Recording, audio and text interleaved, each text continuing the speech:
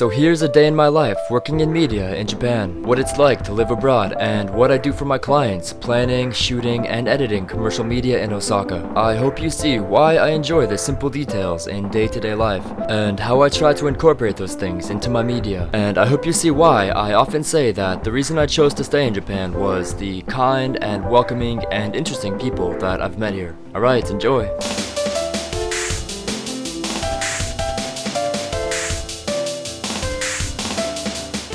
So here's the smaller eastern part of Osaka that I live in called Sambayashi Omiya. I only pay $350 a month for rent here, and that's because it's a bit of an older building, but I don't really mind that. Here is where I spend my morning, often editing photos and videos, and oftentimes a full day can consist of just that. But today I'm going to be location scouting, which is a part of my work that I really enjoy, especially in Japan. This is where I compile photos of all the places my clients might like to shoot, and I asked this friend, Yuya, to come with me because he knows Osaka very well. Today's clients are a streetwear clothing brand, and they wanted the photos and the videos to take place in more of a grungy atmosphere. So Yuya is going to take me to some underground places of Osaka, with more urban decay and street art and more industrial elements in the background. I'm really lucky to have him as a friend. We actually met by chance 4 whole years ago when I asked him for directions, and I was so lost that he and his friends agreed to give me a ride all the way back home to my apartment. On the car ride back home, we found out that we both listened to the same kind of music, and even though we could not speak the same language, this was a cool way for us to connect. I of course was very grateful, and when we arrived at my apartment I gave them all gifts from America, and that was the start of our friendship.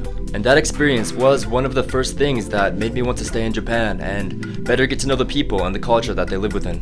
So tangent over, and here we have arrived under the train tracks of central Osaka, a place that Yuya kind of thought would fit the descriptions I gave him. Here you can see some graffiti and street art, which is actually kind of rare even for the big city areas of Osaka, and definitely rare for Japan in general. Because graffiti is rare here, I think it is kind of sensationalized in media, and it seems my client has it in their mind to do so as well. So back to my work. Location scouting involves me taking a lot of videos and photos of possible locations to shoot in, and then my client goes through them, or my client's art director, and they choose the ones that best fit the image they have. If those options are something my client wants, then I budget out some money for me and a possible assistant, today Yuya, to go scout locations. I love this part of the job, especially in Japan, because I very much enjoy exploring new places, even if they're very low-key and industrial spots like today. Japan is also a very safe place with an extremely low crime rate, so even if a client requests a place that they want to look sketchy, and this is actually more common than you think because such places often have kind of a flavor to them, then I know that I can explore it safely, which is not always the case in Los Angeles, where I'm from. It's cool exploring these parts of Japan that seem very local and almost forgotten from many tourist perspectives, but still serve a strong purpose within the workings of a city and a purpose for the people that live within this city. And I love seeing this groundwork and foundation for the infrastructure that makes such a great city run, very much below the surface. Yuya says he knows this area of the city well because this is the route that him and his friends would ride home on their bikes after class when they were high school students.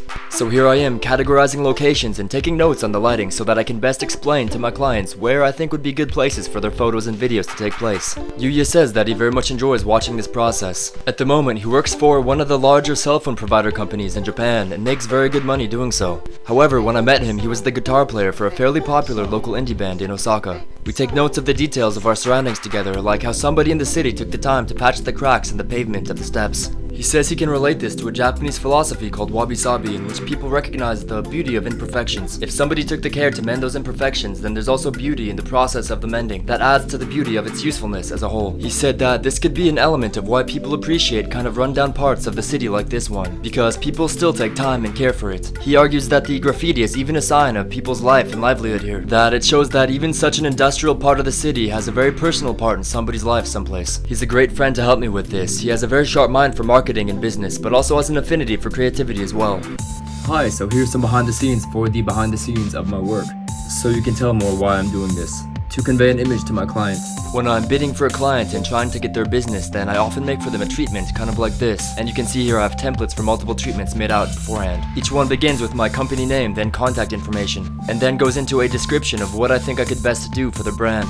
I talk about the image I would like to convey, the tools I need to make that image happen, and some examples of images that I think would lend themselves to the client's direction. I often get these images online from creators I've worked with or creators whose final products I really respect, and I'm always sure to source the original creator in my treatment as well. So I make a copy of a previous template I've made for a similar treatment, and then I kind of reboot it to match the project that you're watching unfold today. I include the weather forecast for the days that we're planning to shoot so that we know what to prepare for. Sorry by the way that the screen looks so glitchy, I'm going to change that for further screen recordings. Anyway, because the current client and I communicate fully in Japanese, then I switch my keyboard setting to hiragana so that I can type out what I plan to do with their project in Japanese for them. Here I tell them that kind of organic lifestyle shots in a very urban setting would really kind of suit their current ad campaign, I feel. I include screenshots of manga with very detailed and beautiful drawings of back alleyways in Japan so that they can more clearly see my image. And then I'm done. I do this for most of my prospective clients, and I often find that it does help me get the job. We have the description, we have the weather, and we have the tools included for film that I actually own for this one. I say that we're looking to highlight spectacular people in areas and locations that would otherwise be seen as mundane,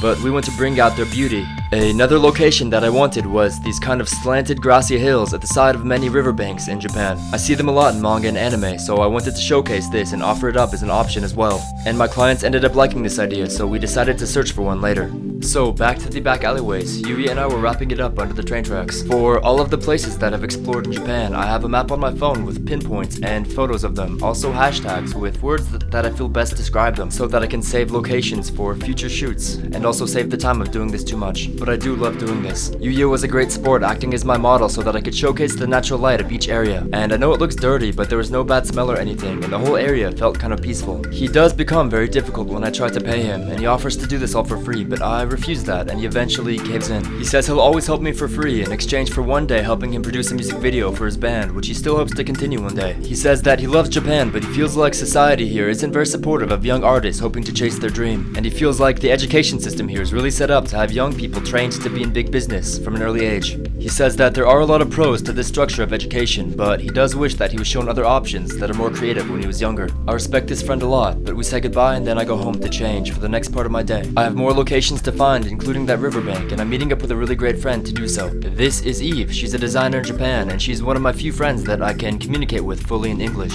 She spent a good part of her youth in Southern California before she came to Japan for high school, and we actually met here in university together. Because of this, she has a very sharp sense of cultural differences in Japan compared to America, having experienced the very sudden and sharp change herself as a teen. She comes to my area to help me and to model, but she says of course before we start we have to go pick up snacks. We choose some. I get melon pan or melon bread, which is one of my favorites, as well as Pocky, and she picks out some potato chips, and then we both choose green tea to drink. At this point I am spending a majority of my day working, but in doing so I get to see two close friends and also walk around Japan, which I love to do anyway. And don't get me wrong, I also do love cozy days in front of my computer editing all day with good snacks and good music. However, I feel like days where I get to experience and appreciate new places with people I care about kind of stand out more sharply in my memory than any others, even if they are just simply another day at work. I like walking around small towns in Japan because even very small residential areas still support pretty small businesses, and we found a couple little cafes and little izakayas that we wanted to check out later. This is because even older residential areas have high density population, and a lot of people do walking for shopping as opposed to driving to the main city, so that a family-run business on a residential street can still get a lot of foot traffic.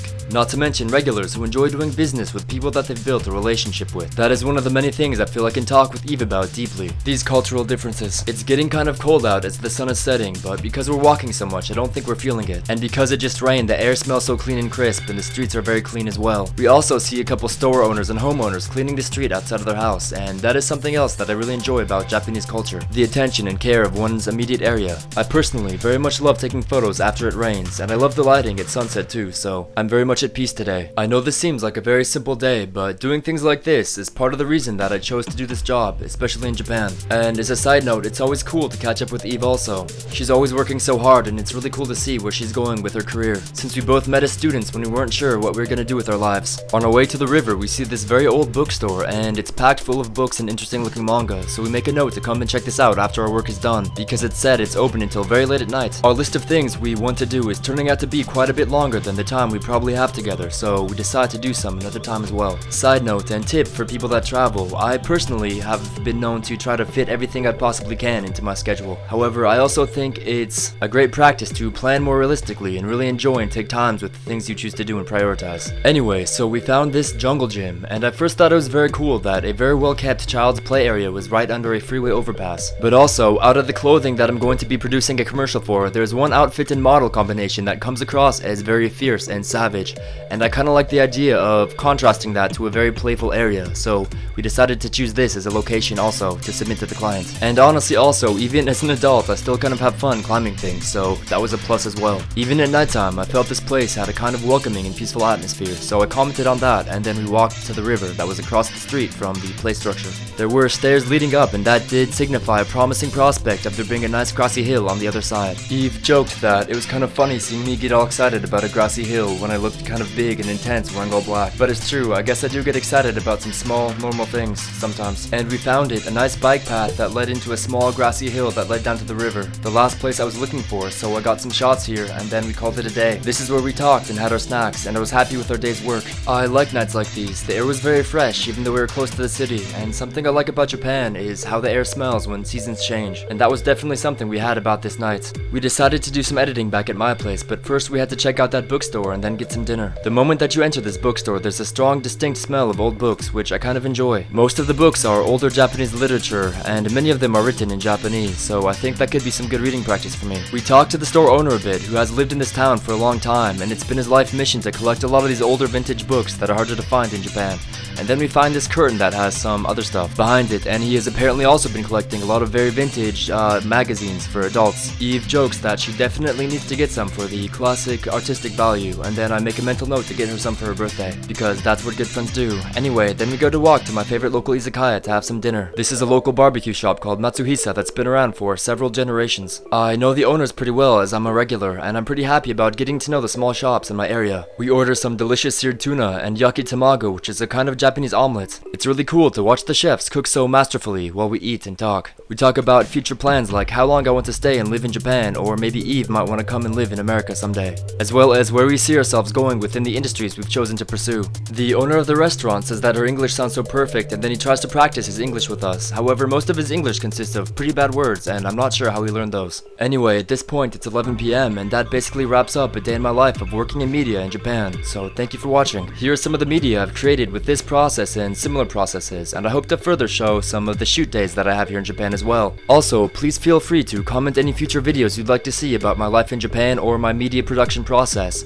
And I also have a podcast about my study abroad experience in Japan. If you'd like to check that out, the title is Travel Japan with WES MATHUR, and it's available on Spotify, Apple Podcasts, and many other platforms as well. Also, I have created a line of merchandise, and you can see some of the designs here. They're often inspired by my time abroad as well as my media work in Japan. Please check it out if you have any interest. The link is in the description of this video, and of course, anything you buy will help me greatly in my pursuit of creating media in Japan. Another quick way to help if you liked this content would be by liking this video or subscribing to my channel, and thank you again for watching. And leaving a comment as well would be greatly appreciated. Also, if you have interest in checking out any of the media I create, you can find it on my Instagram, which is WES MATHUR. I hope you all have a great day and get to travel Japan sometime too yourself.